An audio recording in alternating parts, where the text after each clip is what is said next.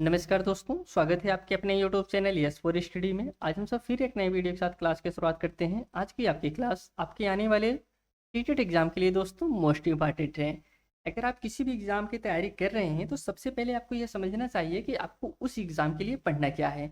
ऐसा नहीं कि आप किसी भी एग्जाम की तैयारी कर रहे हैं, आपको यही नहीं पता है कि आपके एग्जाम में पूछा क्या जाएगा।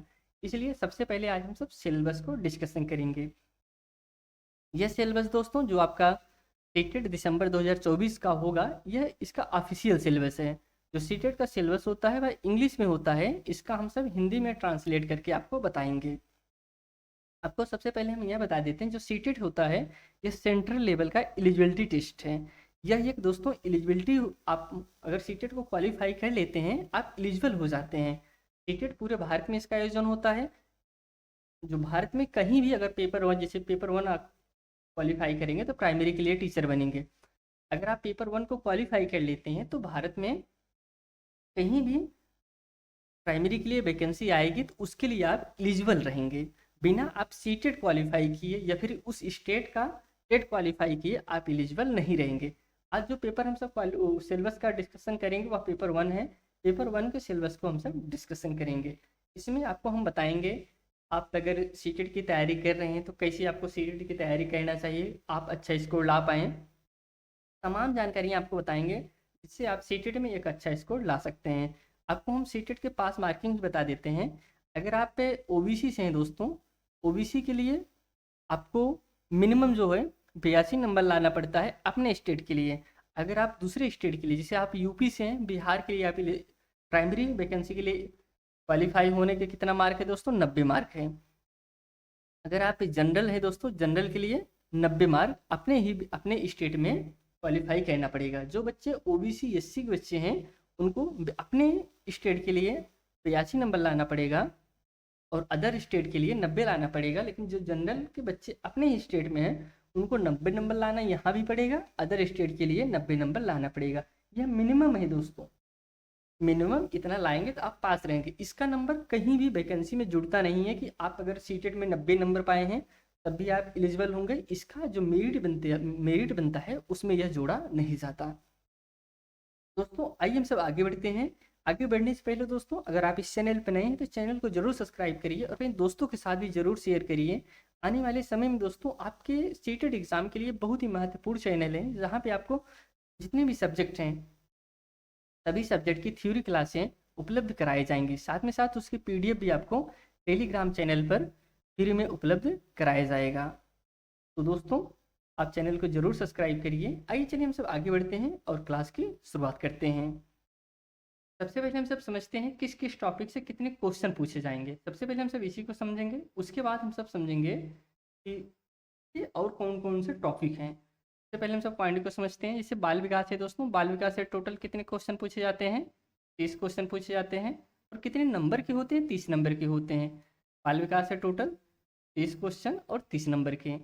इसमें से 15 क्वेश्चन जो आपका आता है बाल विकास में, 15 क्वेश्चन जो आपका आता है, 15 क्वेश्चन आपका आता है पेडागोजी से और 15 क्वेश्चन पूछे जाते हैं कंटेंट से, बाल विकास से।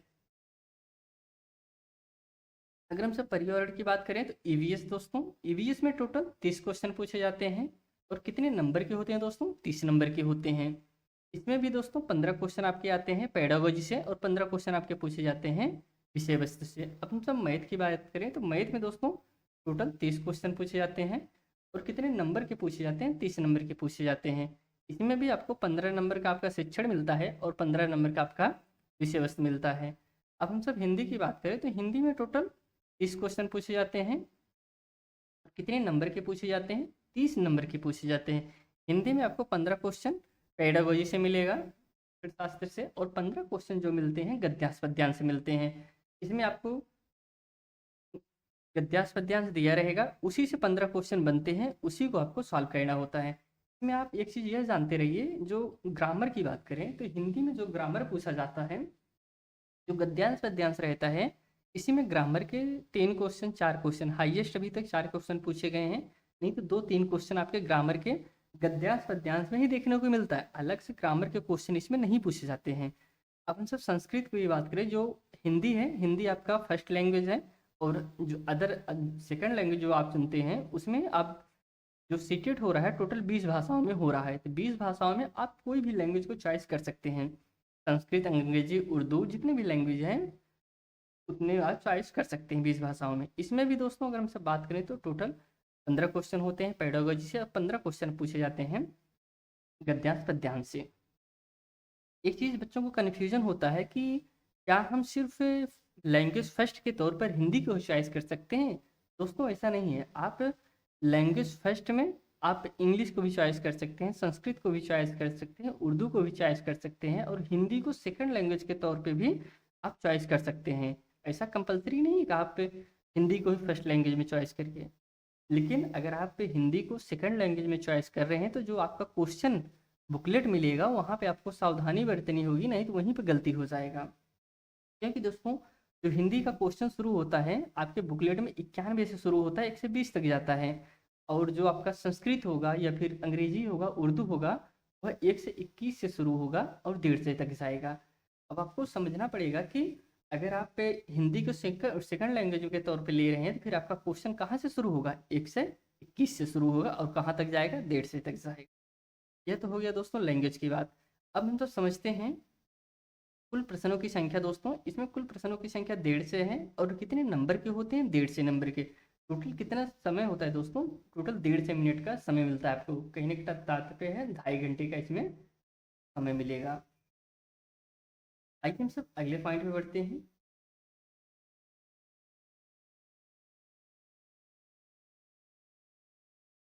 अब हम सब सबसे पहले जो पर्यावरण है इसके सिलेबस के बारे में समझते हैं।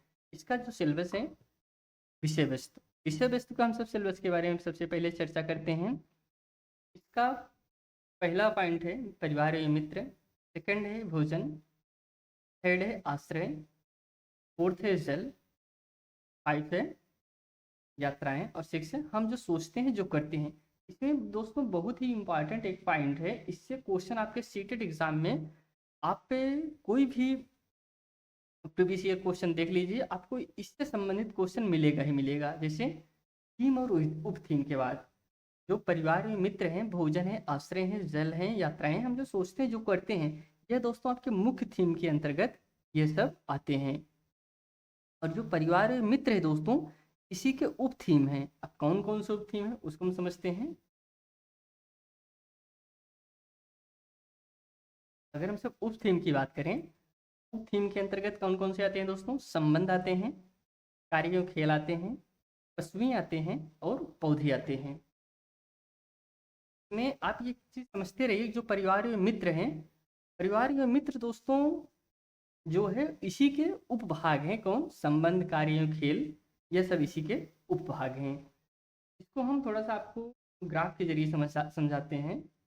आप यहाँ पे चित्र में देख रहे होंगे, अब आप समझ जाएंगे कि किस प्रकार। जैसे यह मुख्य थीम है, यह सब मुख्य थीम है। मुख्य थीम के अंतर्गत कौन कौन से आते हैं, आपका परिवार में मित्र आता है, भोजन आता है, आश्रय आता है, जल आते हैं, यात्राएं आते हैं, हम जो सोचते हैं जो करते हैं, ये आपका मुख्य थीम है। और उप थीम के अंतर्गत कौन कौन से आते हैं, संबंध, कार्य, खेल, पौधे और पशुएं। और उप थीम किसके भाग हैं दोस्तों, परिवार में मित्र के ही उप थीम भाग हैं, इसको आप जानते रहिए। ये तो हो गया दोस्तों जो ईवीएस का जो विषय वस्तु है, आपको यही इतना पढ़ना पड़ता है। अब हम सब पेडागोजी को समझते हैं। जो 15 नंबर का पेडागोजी पूछा जाता है ईवीएस में, उसको समझेंगे।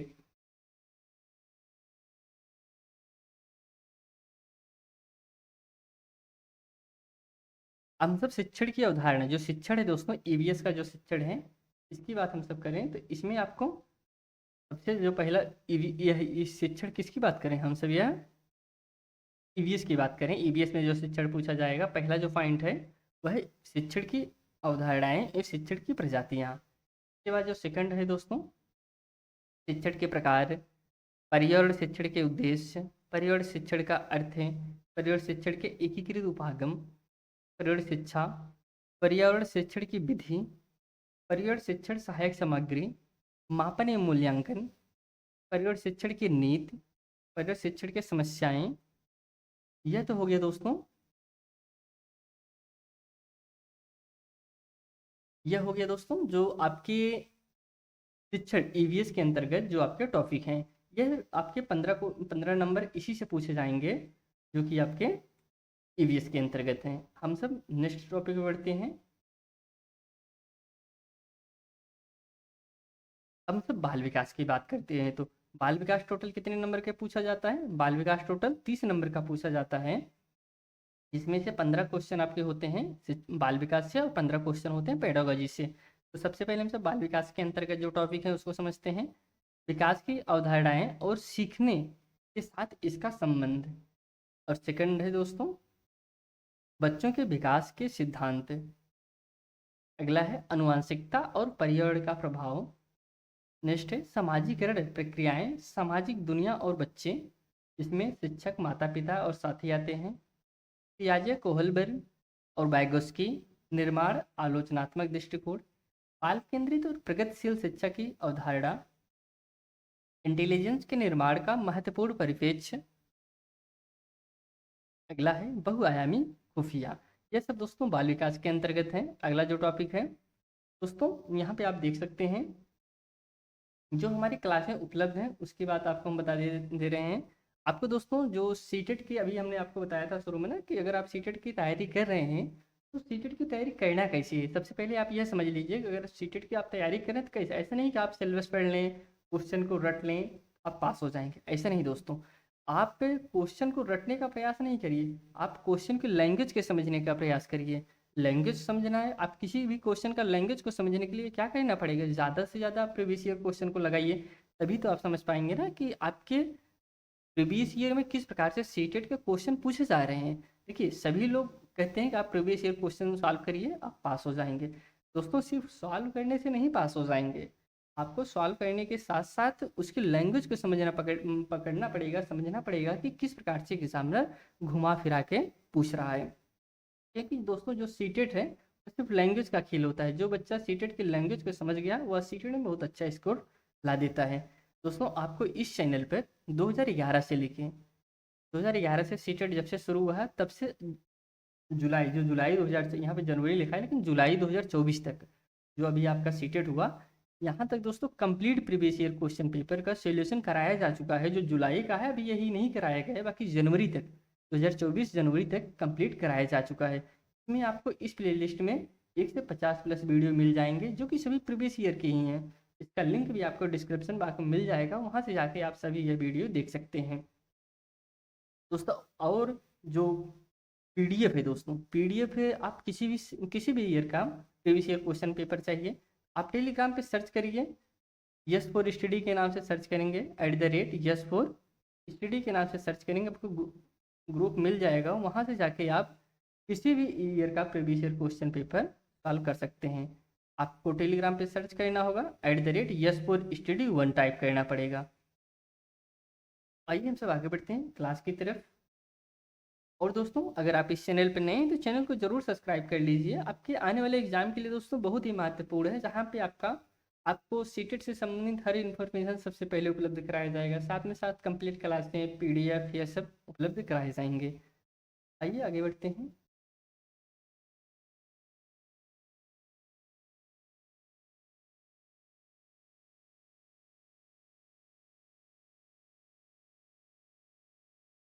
अब हम सब समझते हैं अगला जो है भाषा और विचार है।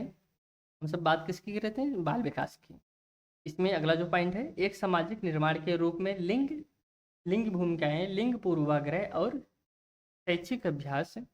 निष्ठ है जो दोस्तों शिक्षार्थियों के बीच व्यक्तिगत अंतर, भाषा, जाति, लिंग, समुदाय, धर्म आदि की विविधता के आधार पर मतभेदों को समझना।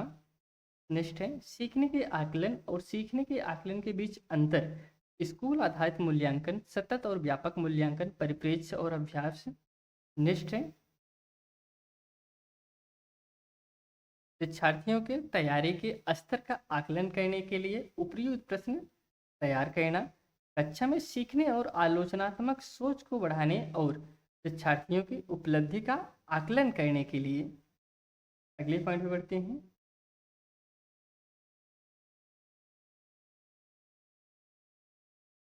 अब हम सब समावेशी शिक्षा की बात करते हैं कि समावेशी शिक्षा की अवधारणा और विशेष आवश्यकता वाले बच्चों को समझना। इसका जो पॉइंट है वंचित और वंचित सहित विविध पृष्ठभूमि के शिक्षार्थियों को संबोधित करना दोस्तों, यह टॉपिक है। सीखने की कठिनाइयों, नुकसान आदि वाले बच्चों की जरूरतों को पूरा करना। प्रगतिशील रचनात्मक विशेष रूप से विकलांग शिक्षार्थियों को संबोधित करना। ये सब आपको पढ़ना पड़ेगा। पढ़ना क्या पड़ेगा आपको हम बताएंगे। आपको हर एक टॉपिक, जितने भी टॉपिक हैं, हर एक टॉपिक को इस पर स्टडी पे कंप्लीट कराया जाएगा। अब हम सब पेडागोजी की बात करते हैं। पेडागोजी में आपको क्या क्या पढ़ना पड़ेगा। 15 नंबर आते हैं, 15 क्वेश्चन आते हैं।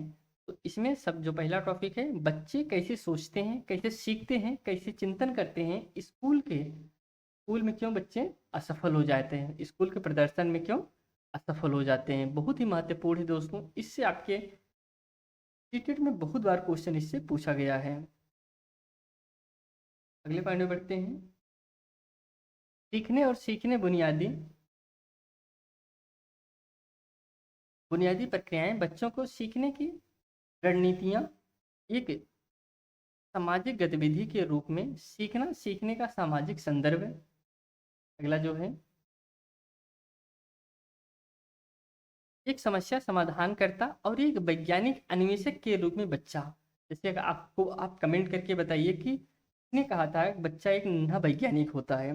बहुत ही फेमस दोस्तों साइकोलॉजिस्ट हैं। आपको बताइए कि आप जो यह कथन किसका था, किस मनोवैज्ञानिक था कि जो बच्चा होता है, छोटा बच्चा, वह एक नन्हा वैज्ञानिक होता है। आप कमेंट करिए। अगला जो है टॉपिक, बच्चों में सीखने की वैकल्पिक अवधारणाएं बच्चों की त्रुटियां को सीखने की प्रक्रिया में महत्वपूर्ण कदमों के रूप में समझना। अगला जो टॉपिक है, अनुभूति और भावनाएं, प्रेरणा और सीखना, सीखने में योगदान देने वाले।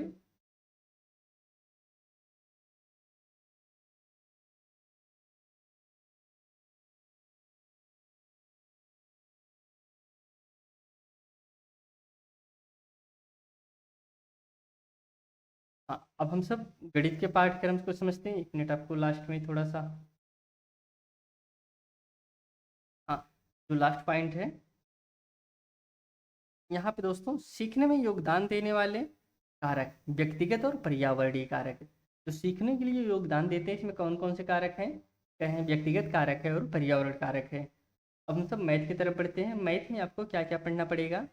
मैथ में पढ़ने के लिए आपको वही चीज़ है दोस्तों। 15 नंबर आपके आएंगे पेडागोजी से, 15 नंबर आपके आएंगे कंटेंट से। सबसे पहले हम सब कंटेंट को समझते हैं, कौन कौन से टॉपिक आपको पढ़ने पड़ेगा। इसमें सामग्री है, ज्यामिति को पढ़ना पड़ेगा, आकार और स्थानिक समझ को, हमारे आसपास ठोस, नंबर को पढ़ना पड़ेगा, जोड़ना घटाना गुणा भाग ये सब पढ़ना पड़ेगा, विभाजन को विभाज्यता को पढ़ना पड़ेगा, माप को पढ़ना पड़ेगा, वजन को पढ़ना ही पड़ेगा।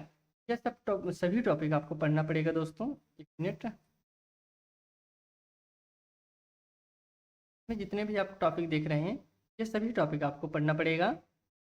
यहाँ पे एक एक टॉपिक, जितने भी टॉपिक हैं, हर एक एक टॉपिक को कराया जाएगा कंप्लीट, कि जो कि सीटेट में आपके क्वेश्चन जिस जिस टॉपिक से पूछे गए हैं, उन टॉपिक को ज़्यादा फोकस किया जाएगा। साथ में साथ जैसे जो यहाँ पे आपकी क्लास से उपलब्ध कराए जाएंगे, जिससे विभाज्यता का जब हम सब पढ़ेंगे, विभाज्यता से कौन सा क्वेश्चन सीटेट में पूछा गया है, आपको बगल बताया जाएगा कि यह क्वेश्चन पूछा गया है, इससे और भी इस प्रकार से क्वेश्चन पूछे जा सकते हैं। इस प्रकार से हम सब क्वेश्चन को सॉल्व करेंगे, ताकि आपको पता रहे ना, अगर आप विभाजन को पढ़ रहे हैं, विभाज्यता को पढ़ रहे हैं, तो इससे क्वेश्चन पूछे गए हैं कि नहीं पूछे गए हैं, फिर आप पढ़ ही रहे हैं।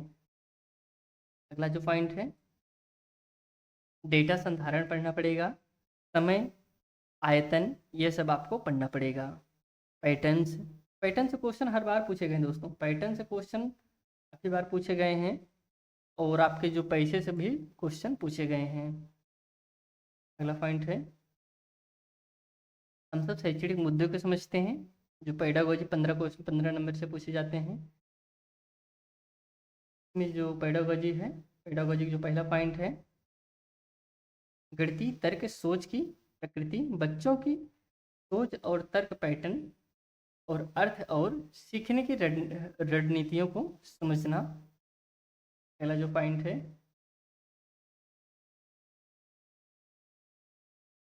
पाठचर्या में गणित का स्थान। नेक्स्ट पॉइंट है गणित की भाषा। अगला जो पॉइंट है सामुदायिक गणित। औपचारिक और अनौपचारिक तरीकों से मूल्यांकन। शिक्षण की समस्याएं, त्रुटि विश्लेषण और सीखने सिखाने के संबंधित पहलू। ये सब दोस्तों आपके पेडागोजी के पॉइंट हैं, सबको पढ़ना पड़ेगा। नैदानिक और उपचारात्मक शिक्षण, ये तो हो गया मैथ का दोस्तों। यहाँ पे हम सब मैथ को कवर किए। अब हम सब जो हिंदी के टॉपिक है, हिंदी में दोस्तों जानते होंगे 15 नंबर आपका गद्यांश पद्यांश आ जाता है। इन्हें सिलेबस बताने की जरूरत है नहीं, लेकिन आपको हम बताएंगे किस किस टॉपिक से आपका गद्यांश पद्यांश पूछा जाता है। यहाँ पे दोस्तों आप देखेंगे अपठित गद्यांशों को पढ़ना होगा और उससे गद्यांश किस किस टॉपिक से आते हैं। फिर दो गद्यांश रहते हैं। गद्यांश आपका गद्य या नाटक और एक कविता होता है। कभी कभी कविता होता है, कभी कभी नहीं भी होता है, दो गद्यांश ही दे देता है, लेकिन ज़्यादातर चांस होता है कि एक कविता होता है एक गद्यांश होता है। इससे होता है पहले इसको आपको समझना होगा, निष्कर्ष निकालना होगा। इसमें व्याकरण से क्वेश्चन पूछे जाते हैं, भाषा दक्षता से जुड़े प्रश्न होंगे, इन सब टॉपिक से क्वेश्चन पूछे जाते हैं। गद्यांश साहित्यिक हो सकता है, वैज्ञानिक हो सकता है, कथापरक हो सकता है, विवेचनात्मक हो सकता है, या फिर कोई नाटक होता है उससे हो सकता है आपका जो गद्यांश होता है। अगला जो टॉपिक है हम सब पेडागोजी को समझते हैं। तो इसमें पेडागोजी है, पहला टॉपिक है सीखना और अधिग्रहण करना। सेकंड है भाषा की समझ और प्रयोगिता का मूल्यांकन करना। बोलना, सुनना, पढ़ना और लिखना। भाषा शिक्षण के सिद्धांत। विचारों को मौखिक और लिखित रूप से संप्रेषित करने के लिए भाषा सीखने में व्याकरण की भूमिका पर समालोचनात्मक दृष्टिकोण। अगला है विविध कक्षा में भाषा सिखाने की चुनौतियाँ, भाषा कठिनाइयाँ, त्रुटियाँ और समस्याएं। अगला है भाषा कौशल। नेक्स्ट है सुनने और बोलने की भूमिका, भाषा का कार्य और उपकरण के रूप में बच्चा बच्चे इसका उपयोग कैसे करते हैं। करेंगे सुनने और बोलने की भूमिका, भाषा का कार्य और एक उपकरण के रूप में बच्चे इसका उपयोग कैसे करते हैं। नेक्स्ट है शिक्षण अधिगम सामग्री, पाठ्य पुस्तक, मल्टीमीडिया सामग्री, कक्षा की बहुभाषी संसाधन, इन सबको पढ़ना पड़ेगा आपको। अगला जो टॉपिक है उपचारात्मक शिक्षण, यह तो हो गया हिंदी का दोस्तों। अगर हम सब बात करें जो आपका हिंदी के जो टॉपिक होते हैं सिलेबस के, सेम वही टॉपिक संस्कृत में होते हैं। आपको कोई एक शब्द ऐसा नहीं मिलेगा, कोई ऐसा एक पॉइंट ज़्यादा नहीं मिलेगा जो कि संस्कृत में अलग से कुछ पूछा गया हो दोस्तों। संस्कृत में भी सेम वही पूछा गया है। जो टॉपिक आपका हिंदी का है वही टॉपिक आपका संस्कृत का है। इसलिए बच्चे ज़्यादा से ज़्यादा संस्कृत को प्रेफरेंस करते हैं, क्योंकि अगर वो संस्कृत लेते हैं तो हिंदी पढ़ेंगे, संस्कृत भी उनको तैयार हो जाता है। संस्कृत का सिर्फ संस्कृत में वो लिखा होता है या हिंदी में लिखा होता है, यही एक अंतर होता है कि वह हिंदी में लिखा रहता है और यह संस्कृत में लिखा रहता है, बाकी कोई भी अंतर नहीं होता है। हम सब आगे बढ़ते हैं। हम सब संस्कृत के सिलेबस को समझते हैं। संस्कृत में कौन कौन से सिलेबस हैं। संस्कृत की अगर हम सब बात करें, सबसे पहले वही है अपठित गद्यांश को पढ़ना रहेगा। हमने आपको हिंदी में बताया था किस किस टॉपिक्स आपके गद्यांश होंगे। तो गद्यांश आपके होंगे, दो गद्यांश होंगे, एक गद्य होगा नाटक और एक होगा कविता का बोध होगा। इसमें आपको अंतर्ज्ञान, व्याकरण और मौखिक दक्षता पर प्रश्न होंगे। गद्यांश किससे संबंधित होगा, आपका साहित्य, वैज्ञानिक, कथ्यपरक या विवेकपूर्ण हो सकता है, नाटक से भी कभी कभी देता है। ये सब आपका जो गद्यांश 15 क्वेश्चन पूछे जाते हैं इससे संबंधित होगा। अब हम सब समझते हैं जो आपका पेडागोजी से क्वेश्चन पूछे जाएंगे वही जो हिंदी का है सेम वही रहेगा। सीखना और अधिग्रहण करना, भाषा शिक्षण के सिद्धांत, सुनने और बोलने की भूमिका, भाषा के कार्य, बच्चे इसे एक उपकरण के रूप में कैसे उपयोग करते हैं, मौखिक रूप से लिखित रूप से विचारों को संप्रेषित करने के लिए एक भाषा सीखने में व्याकरण की भूमिका पर एक महत्वपूर्ण परिप्रेक्ष्य। अगला है एक विविध कक्षा में भाषा सीखने की चुनौती, भाषा कठिनाइयों, त्रुटियों और विकारों। अगला जो पॉइंट है भाषा कौशल, भाषा की समझ और दक्षता का मूल्यांकन, इसमें बोलना, सुनना, पढ़ना, लिखना ये सब आता है। नेक्स्ट है शिक्षक शिक्षण सामग्री, पाठ्य पुस्तक, बहुमीडिया सामग्री, कक्षा की बहुभाषी संसाधन, उपचारात्मक शिक्षण, ये सब आपके पॉइंट थे दोस्तों। यहाँ पे हम सब जो आपके टॉपिक थे इसको ख़त्म किए। जो आपका पेपर फर्स्ट है, जो